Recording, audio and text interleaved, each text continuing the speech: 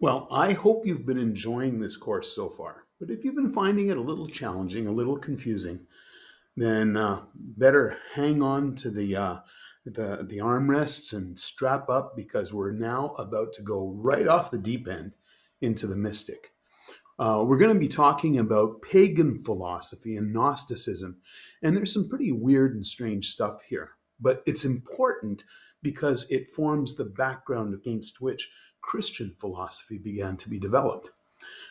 Plato had a really significant influence on Christian thought. Early Christian fathers, such as Clement of Alexandria, Origen, and even Augustine, have taken up and adapted some of Plato's ideas, like the tendency to de emphasize the body and to elevate the soul, or the tendency to emphasize the inherent immortality of the soul. Plato's teaching on the soul is mainly exposed in his dialogue with Phaedo.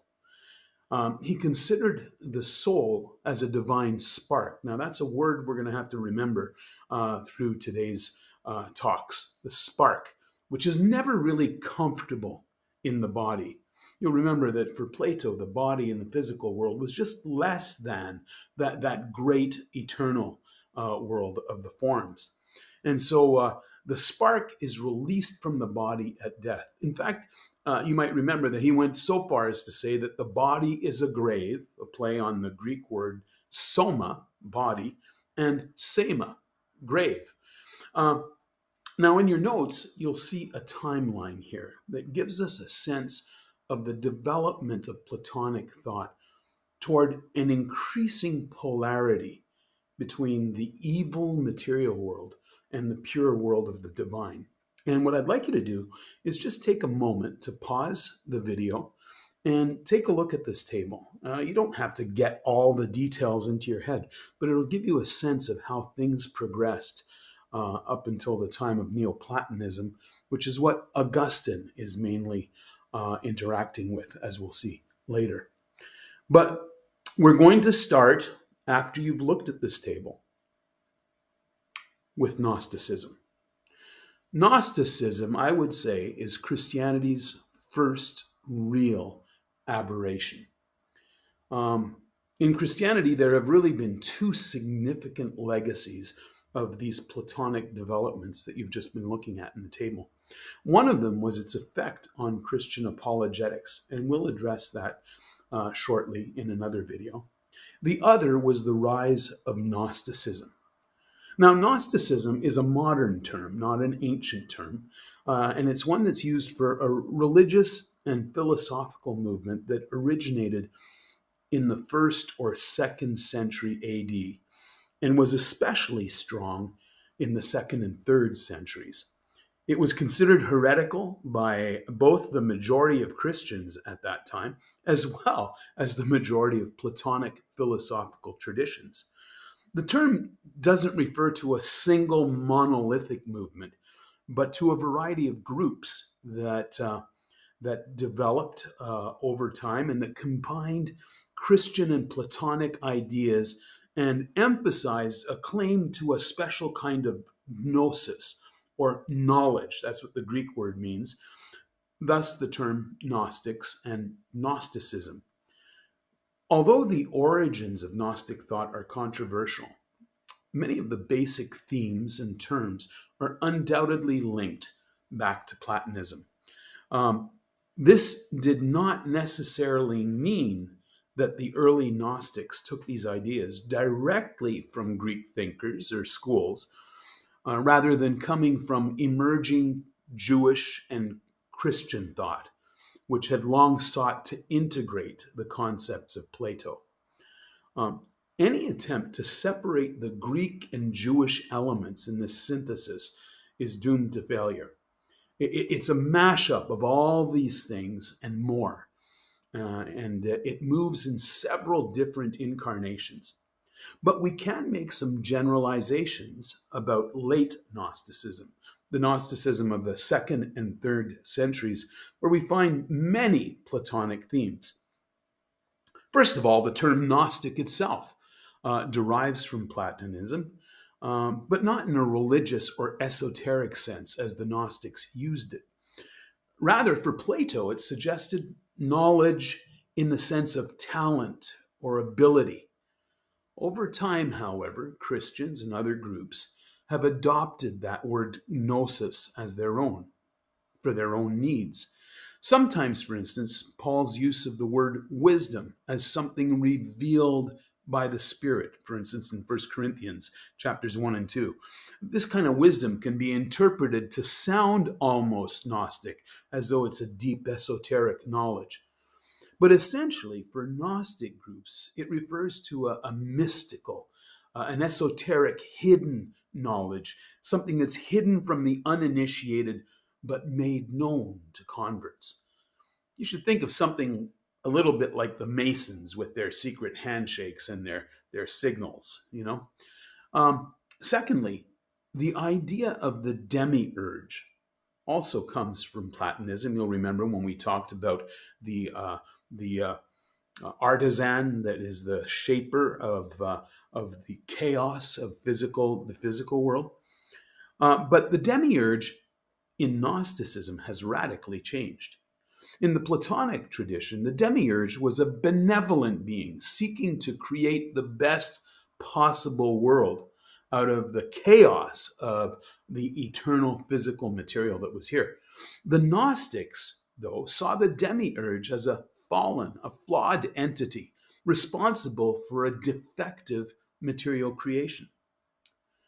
The Middle Platonists postulated a division between the highest creator and the lower material related, what they called the soul world.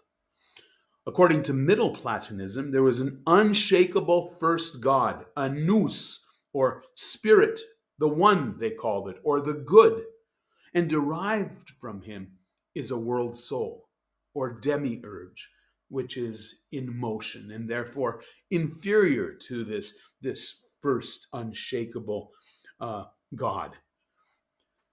This is the being, this demiurge, creates and governs the world.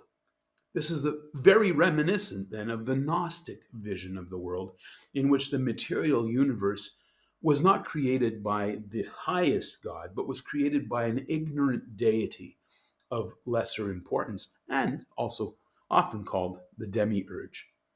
Neoplatonists, even later than the Middle Platonists and Gnostics, shared these same ideas about emanation. That is, a process by which lower types of reality have emanated from divinity. As the demiurge moves away from its source, it gradually loses its divinity. And this idea has been attributed dubiously to Plato, but already, as we can see from the terminology, we've moved away from Plato himself. Neoplatonists and Gnostics also turned to Plato's Republic for the idea of a contemplative ascent back up into the divine world. In the Symposium, Plato had described, for instance, love. Love is man's desire for beauty, man's desire for the good. And as he reaches for the good, as he reaches for beauty, love leads him upward to immortality and to generating beauty and the good himself.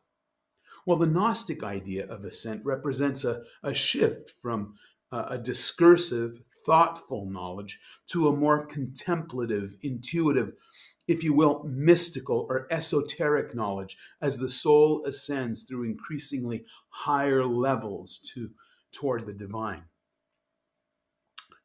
Platonism teaches the transitory and illusory quality of the visible material world.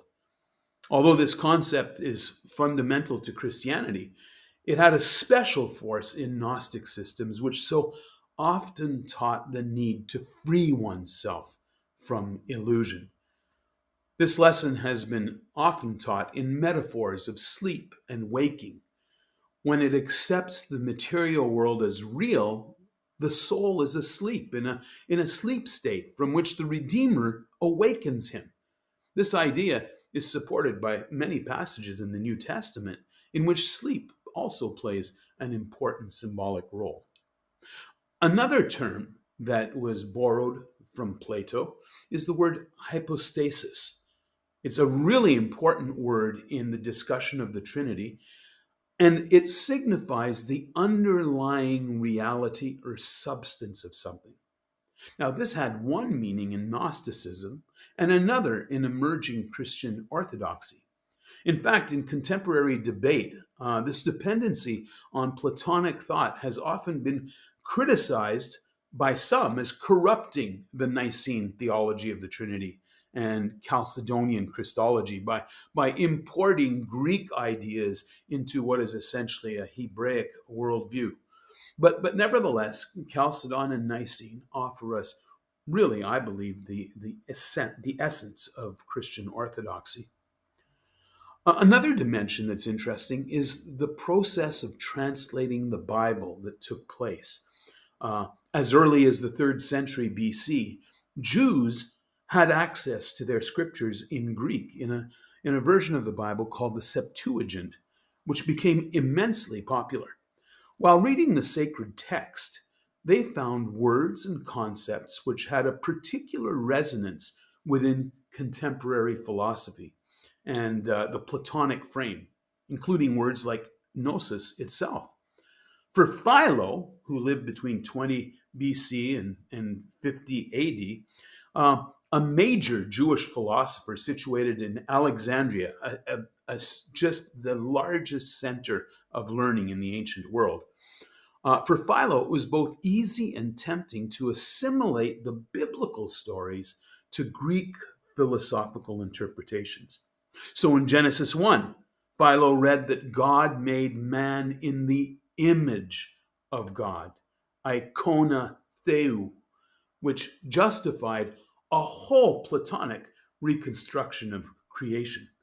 Plato's chief contribution to the speculations on creation, though, is the introduction of the Logos as a demiurge figure. I'm sorry, that was Philo's chief contribution, was taking the demiurge figure and giving him the name Logos, personified as the highest God's mediator and tool in the cosmos. So the Logos is the cutter, the one who divides base elements and orders the cosmos. Well, you can see how this kind of thought creates a potential bridge between Judaism and Christianity, because after all, in the beginning was the Word, the Logos, and everything that was created, John says, by the Logos.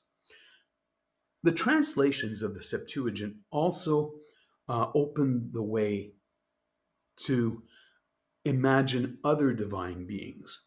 For instance, in Psalm 82, God stands in the assembly of the gods, synagoge theon. This lends credence then to a hierarchy of divinities from the top God, who's fully spiritual, to the lowest God, the demiurge, who creates the material world in Gnosticism. So Gnosticism shares many intellectual hypotheses common in its time, and it did not necessarily appear as an offshoot of the thought of Plato. What we see, however, is that between about 100 BC and 200 AD, a number of groups rooted in the Jewish world borrowed heavily from these ideas and long remained in dialogue with Platonic philosophy. And this was true for Christians whom we consider Orthodox, as well as those whom we call Gnostics. Both of them had recourse to Platonic thought to frame and develop their ideas. And for a large part of this intellectual journey, they traveled alongside Middle Platonism and later Neoplatonism. We'll come back and we'll discuss that a little more deeply in a few minutes.